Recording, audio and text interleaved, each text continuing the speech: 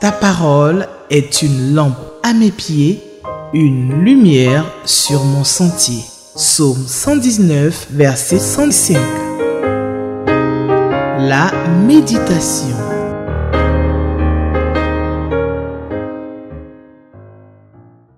Chers téléspectateurs de Espérance TV, bonjour.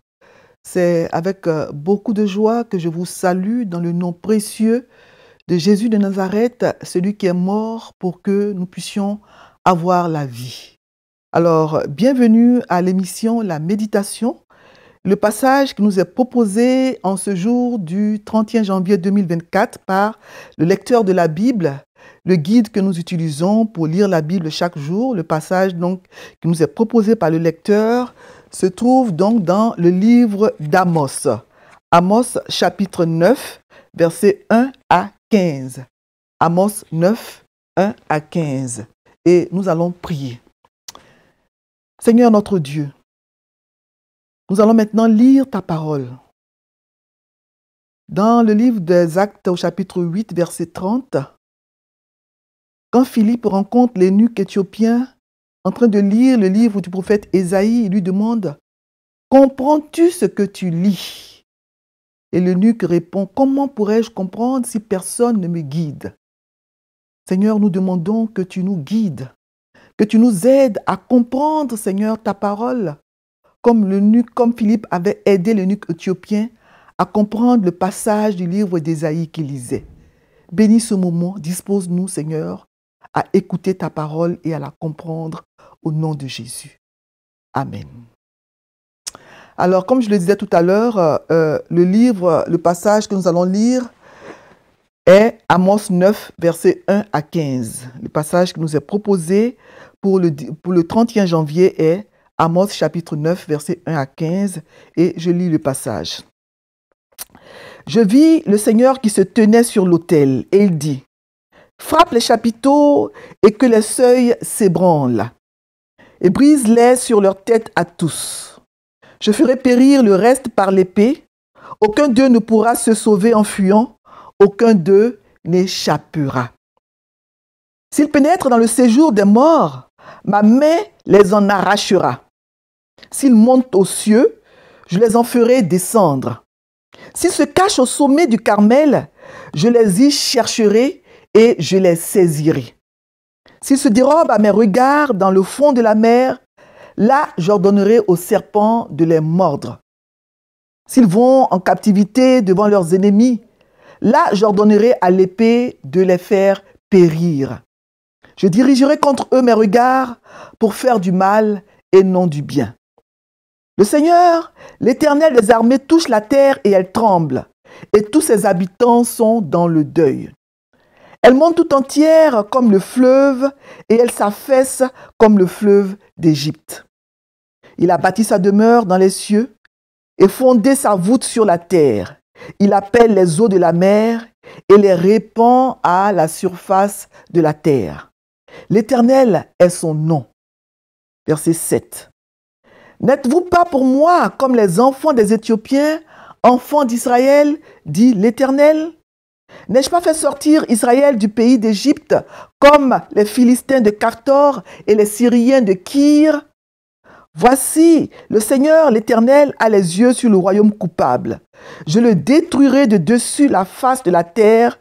Toutefois, je ne détruirai pas entièrement la maison de Jacob, dit l'Éternel. Verset 9. Car voici, je donnerai mes ordres et je secouerai la maison d'Israël parmi toutes les nations, comme on secoue avec le crible, sans qu'il tombe à terre un seul grain. Tous les pécheurs de mon peuple mourront par l'épée. Ceux qui disent « le malheur n'approchera pas, ne nous atteindra pas ». Verset 11. En ce temps-là, je relèverai de sa chute la maison de David. J'en réparerai les brèches, j'en redresserai les ruines, et je la rebâtirai comme elle était autrefois. Verset 12. Afin qu'il possède le reste des dômes et toutes les nations sur lesquelles mon nom a été invoqué. Dit l'Éternel qui accomplira ces choses. Voici, les jours viennent, dit l'Éternel, où le laboureur suivra de près le moissonneur, et celui qui foule le raisin, celui qui répand la semence, où le mou ruissellera des montagnes. et coulera de toutes les collines. Je ramènerai les captifs de mon peuple d'Israël. Ils rebâtiront les villes dévastées et les habiteront. Ils planteront des vignes et en boiront le vin. Ils établiront des jardins et en mangeront les fruits. Verset 15. Je les planterai dans leur pays et ils ne seront plus arrachés au pays que je leur ai donné, dit l'Éternel ton Dieu. Amen. Amos 9, versets 1 à 15, c'est le passage que nous venons de lire. Donc, c'est le dernier chapitre du livre d'Amos qui contient donc la dernière vision du prophète Amos. Il est question dans ce passage de la providence de Dieu et du relèvement final d'Israël. Le prophète Amos fait partie des prophètes qu'on appelle les prophètes mineurs de la Bible. Ils sont au nombre de 12. Osée, Joël, Amos, Abdias, Jonas, Michée, Naoum, Habakkuk, Sophonie, Agé, Zacharie, Malachi.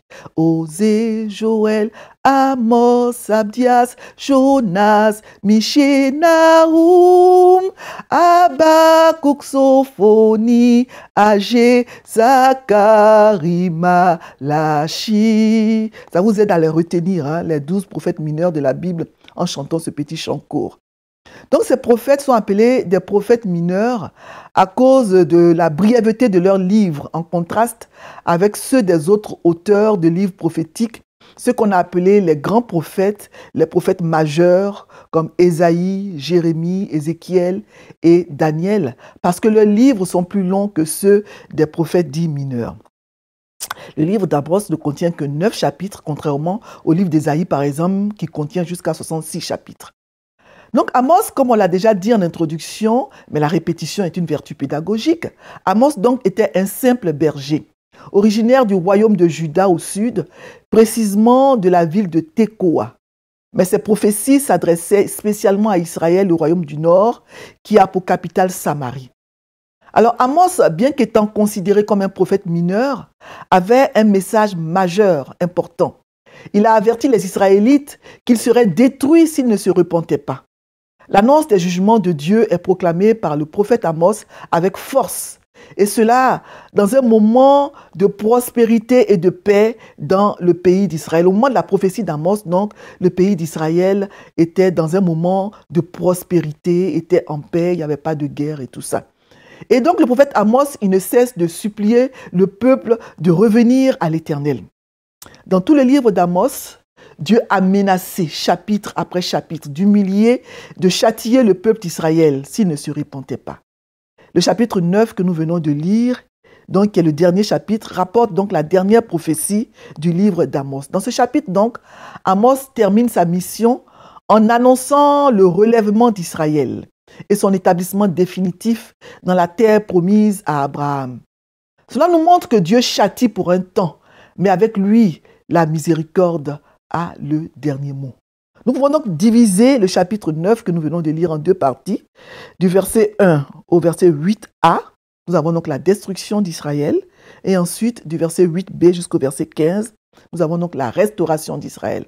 Alors dans la première partie, verset 1 au verset 8a, où on parle de la destruction d'Israël, dans les versets 1 à 4 particulièrement, le prophète dit que le châtiment de Dieu est inévitable pour les coupables. Ils ne peuvent pas y échapper.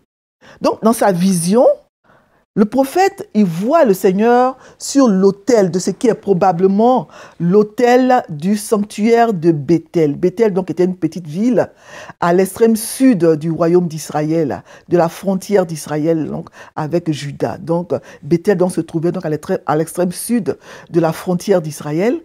Et vous savez donc que le pays était divisé en 2, Israël au nord et Juda au sud.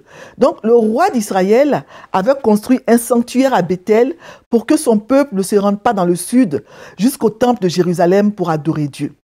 Le sanctuaire de Béthel était donc comme un sanctuaire rival du temple de Jérusalem. Dans Amos 3,14, le prophète avertissait déjà. Il dit, le jour où je punirai Israël pour cette transgression, je frapperai sur les autels de Béthel, les cornes de l'autel seront brisées et tomberont à terre. Donc, Dieu avertissait déjà par le prophète Amos au chapitre 3 qu'il allait donc frapper donc les autels de Béthel. Donc, l'autel du sanctuaire de Béthel est devenu pour Israël le lieu de son jugement. Parce qu'il avait méprisé l'autel de Jérusalem et lui avait préféré ceux de Béthel, les autels de Béthel, de Gilgal, de Dan, de Beersheba, qui étaient des villes qui étaient dans son royaume, qui étaient situées dans son royaume. Alors, dans sa vision, Amos, il voit le Seigneur sur l'autel du sanctuaire érigé à Béthel.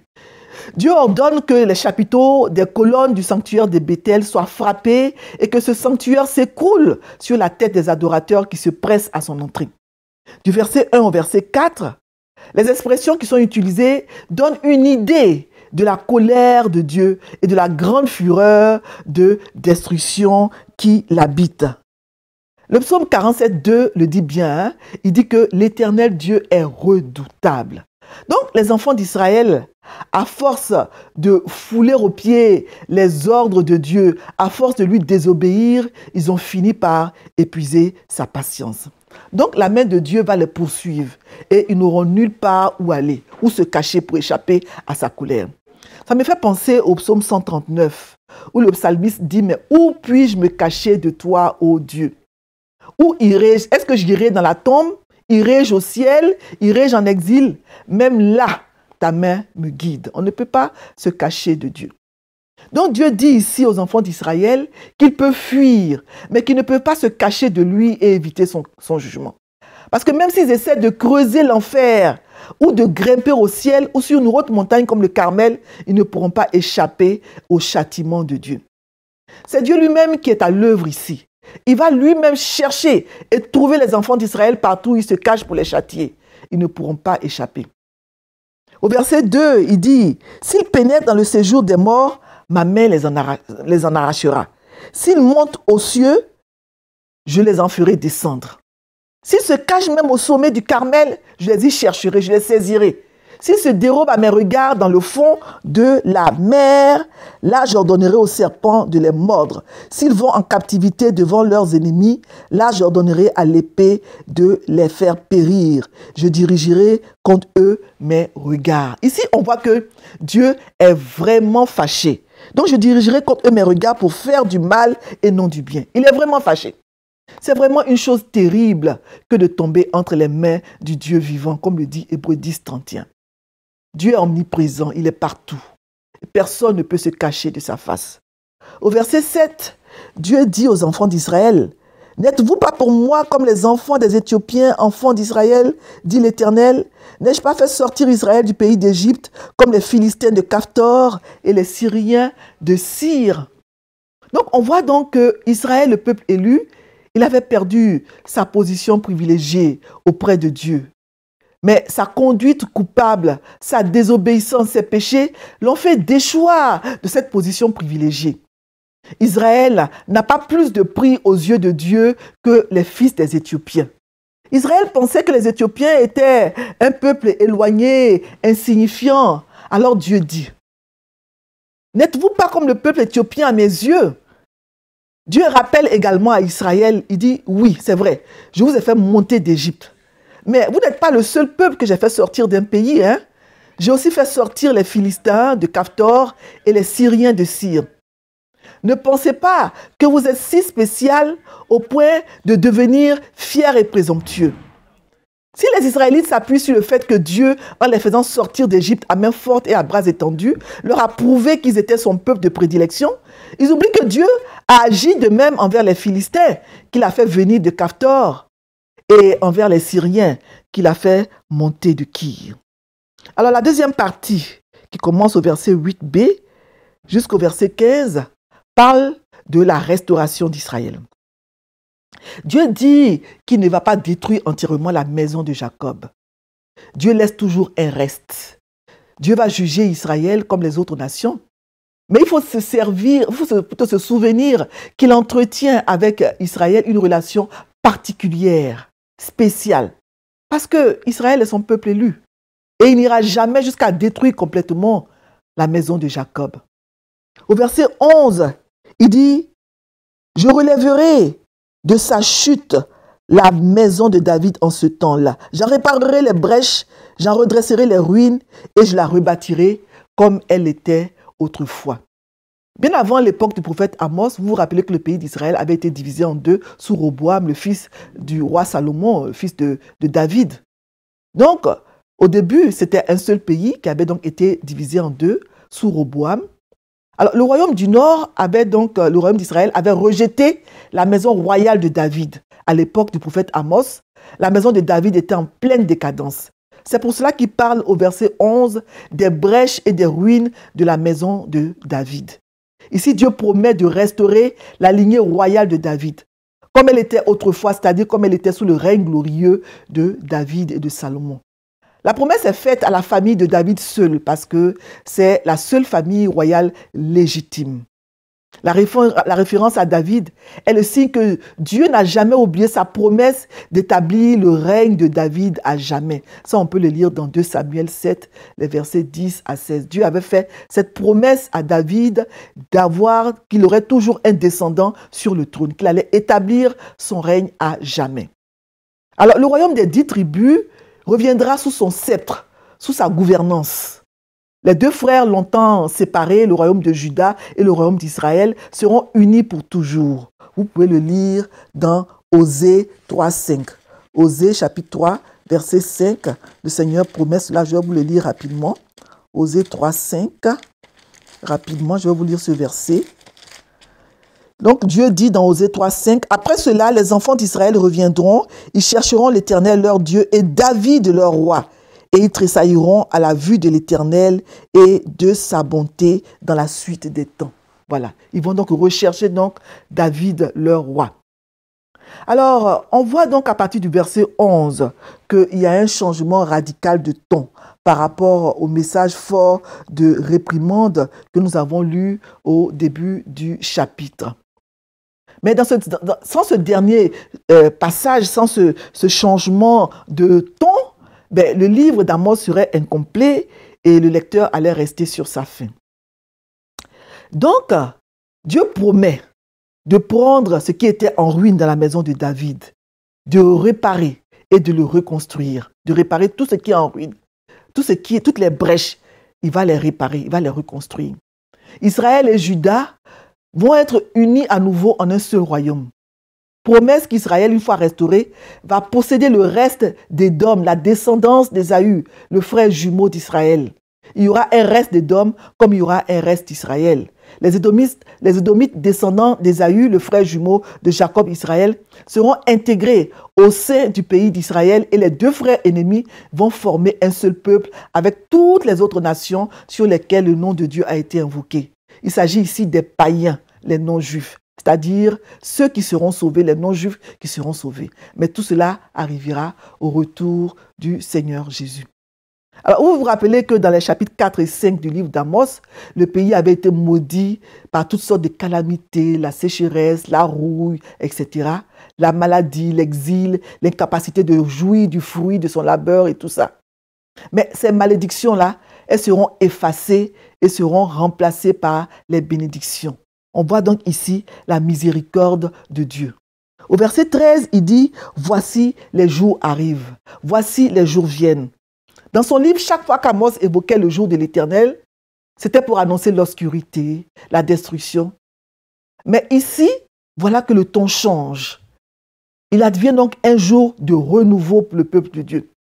Voici les jours arrivent. Un jour nouveau va se lever. Les récoltes que le pays produira seront si rapprochées, si riches, si abondantes que celui qui voudra planter une semence constatera que la plante précédente est encore active. Au verset 13. Voilà. Le laboureur suivra de près le moissonneur. La semence n'aura pas plutôt été répandue dans le sillon qu'elle réapparaîtra comme moisson. La vendange des raisins qui se fait en Palestine dès le commencement de septembre se prolongera tant l'abondance sera grande. jusqu'au commencement de novembre où ont lieu en général les semailles. Mais ce ne sera pas seulement la création dont on parle au verset 14 et 15, mais le peuple lui-même qui sera restauré. Ce ne sera pas seulement la création qui sera restaurée, mais le peuple aussi le sera. Il n'y aura plus de captivité. Donc le peuple rebâtira, habitera, plantera, jouira des fruits de son labeur. Lui-même sera planté sur sa terre et ne pourra plus jamais en être arraché, dit l'Éternel. Le peuple vivra en sécurité et jouira pleinement du fruit de son travail. Alors, le livre d'Amos s'enchaîne ici sur une promesse solennelle. La promesse solennelle qu'après le déchaînement de sa colère, Dieu va planter personnellement Israël sur la terre qu'il lui a donnée sans que jamais plus jamais il en soit chassé ou déraciné à nouveau, comme cela est dit au verset 15. Je les planterai dans leur pays et ils ne seront plus arrachés du pays que je leur ai donné, dit l'Éternel Dieu. Les jours arrivent. Sous l'inspiration de Dieu, le prophète Amos termine ainsi son livre sur une note de grand espoir. Alors, quelles sont les leçons que nous pouvons tirer de ce texte? Nous allons donc tirer les leçons de ce texte en répondant aux questions qui sont proposées par le lecteur, la question 3, la question 5 et la question 7. Ce sont donc les questions qui sont proposées par le lecteur pour le 31 janvier 2024. La question 3, la question 5 et la question 7. Alors d'abord, la question 3. Au verset 10, il est écrit « Tous les pécheurs de mon peuple mourront par l'épée. Ceux qui disent « Le malheur n'approchera pas, ne nous atteindra pas. » Beaucoup de gens ne croient pas au châtiment de Dieu. Ça, c'est un exemple à ne pas suivre. L'exemple de ces gens qui disent « Le malheur n'approchera pas, ne nous atteindra pas. » Ils disent que Dieu est trop bon pour châtier. Ils ne croient pas en l'enfer. Dieu est trop bon pour envoyer ses enfants en enfer. Il oublie que le Dieu d'amour est aussi un Dieu de justice. Dans son amour, il avertit les êtres humains, mais il refuse d'écouter. Alors, dans sa justice, il châtie. Ne soyons donc pas comme ces personnes qui disent « le malheur n'approchera pas ». La question 5, y a-t-il une promesse? Oui, notre Dieu châtie, c'est vrai.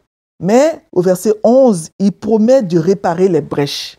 Il dit qu'il va relever de sa chute la maison de David, il va réparer les brèches, il va en réparer les brèches et il va en redresser les ruines. Donc Dieu promet de restaurer la maison de David, mais il le fait aussi dans nos vies. Dieu est celui qui restaure ce qui est détruit, ce qui est en ruine, ce qui est saccagé dans nos vies. Il est celui qui répare les brèches, qui nous fait repartir à zéro. Et la question 7, qui est la suivante, quelle vérité Dieu me révèle-t-il? Ça, c'est la question 7. Oui, quelles sont les vérités que Dieu nous révèle dans ce passage? On peut retenir que notre Dieu est un Dieu qui châtie. Donc, je le disais tout à l'heure, beaucoup de gens ont du mal avec ça. Ils ont beaucoup de mal à croire que Dieu, le Dieu d'amour, est aussi un Dieu qui châtie. Il dit dans Apocalypse 3, 19, il dit « Je reprends et je châtie tout ce que j'aime. Je reprends et je châtie tout ce que j'aime. Aie donc du zèle et repens-toi. » Et c'est justement parce qu'il est un Dieu qui châtie qu'il demande qu'on se repente et qu'on vienne à lui. L'idée clé du livre d'Amos est que Dieu est juste et impartial. Il va juger non seulement les nations, mais aussi son propre peuple, le peuple d'Israël. Pour moi, le plus beau verset qu'il faut retenir dans ce passage, c'est le verset 11, où Dieu dit qu'il va relever de sa chute la maison de David, il va en réparer les brèches, il va en redresser les ruines et il va la rebâtir comme elle était autrefois. C'est le plus beau verset. Quelles que soient les situations de nos vies, quelles que soient les situations que nous traversons, l'état dans lequel nous nous trouvons, peut-être qu'on se trouve dans un état de désespoir, lamentable, je ne sais pas. Dieu est capable de nous restaurer parce qu'il est le réparateur des brèches, il est le Dieu qui restaure, il est le Dieu qui relève, il est le Dieu qui redresse. Que le Seigneur nous aide à pouvoir nous attacher à sa parole et croire en ses promesses. Amen. Nous allons prier. Dieu Tout-Puissant, toi qui es le réparateur des brèches, toi qui, dans son amour, relève après avoir châtié, nous venons à toi. Et nous prions, Éternel, que tu redresses, que tu restaures, que tu relèves tout ce qui est ruiné dans nos vies. Merci Seigneur pour ce message d'espoir que tu nous donnes à travers le prophète Amos. C'est vrai, tu châties parce que tu n'aimes pas le péché. Mais tu es aussi le Dieu qui relève. Tu es le Dieu qui accepte de pardonner le pécheur quand il vient à toi. Merci Éternel. Et donne-nous la grâce de toujours revenir à toi. Que la gloire te revienne. Et merci pour ce moment que tu nous as donné de lire ta parole et de la commenter avec les téléspectateurs de Espérance TV. Amen. Ta parole est une lampe à mes pieds, une lumière sur mon sentier. Psaume 119, verset 105. La méditation.